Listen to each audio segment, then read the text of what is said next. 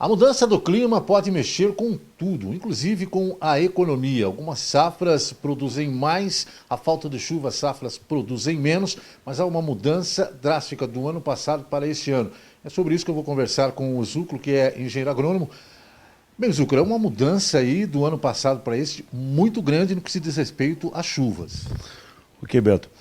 É inegável que o fator chuva, né, interfere na produção de alimentos, vindo a causar impacto direto na inflação, no preço das coisas. Isso realmente é uma verdade.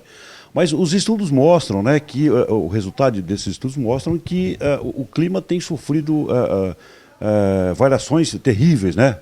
Tem tido mudanças assim terríveis. E o impacto maior é o regime de chuvas, né?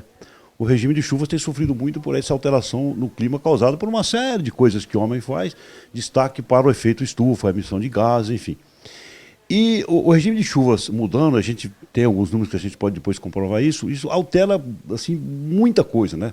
A produção de alimentos, em alguns momentos, ela é favorecida. A gente teve exemplo da própria divulgação da imprensa essa semana, em que em algumas capitais a cesta básica recuou em função do aumento da produtividade do tomate, puxada para o tomate e feijão, exatamente por conta de uma condição favorável de chuva, né?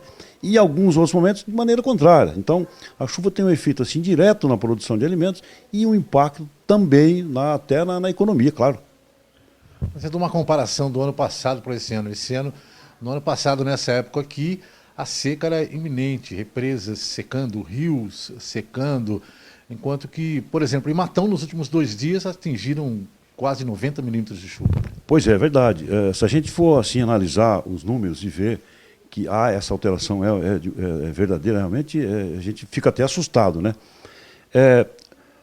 Esses 8 primeiros dias do mês de julho de 2015, choveu 3 vezes a mais que a média, Beto, dos últimos 25 anos de julho.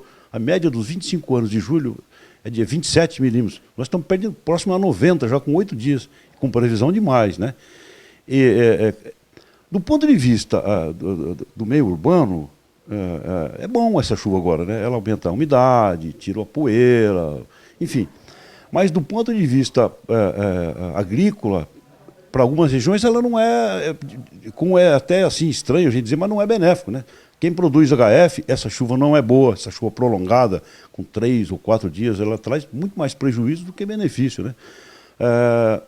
É provado que as culturas perenes, como as fruticulturas, as frutas, os citros, o próprio café, né?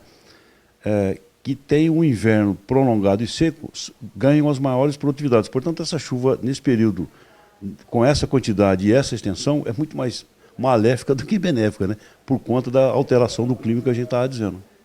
Você tem a base, Zúculo, de quantas chuvas podemos ter ainda durante esse mês de julho? Está sendo totalmente atípico?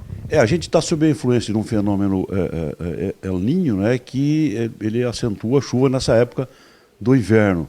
A previsão é de ser um inverno dos mais chuvosos. Haja vista, a gente está dizendo que já está com 3 vezes a mais que a média dos últimos 25, 30 anos. Mas a previsão é a gente passar aí de 150 milímetros esse mês.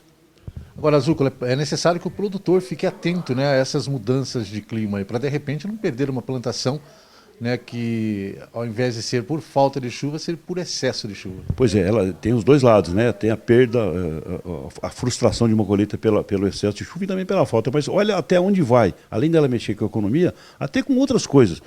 A agricultura, Beto, é o que mais utiliza a água que a gente tem disponível, água doce, que é pequena. A gente comparar no planeta, 1% da água doce do planeta, aliás, 95% da água do planeta é salgada, 1% é água doce e 2% estão nas geleiras. Esse 1%, a agricultura consome 70%. Então, para garantir o investimento das empresas, daquele que investe para produzir grãos, ou HF, ou frutíferas, enfim, para não ficar por conta da chuva, ele lança-se mão da irrigação, que consome esse monte de água, né?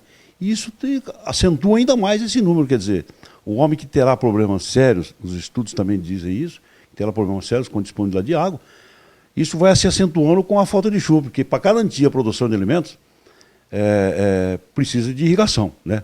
Ninguém faz um investimento e fica depois olhando para o tempo. Então, lança-se mão da irrigação, o que consome ainda mais um pouco de água que a gente tem disponível.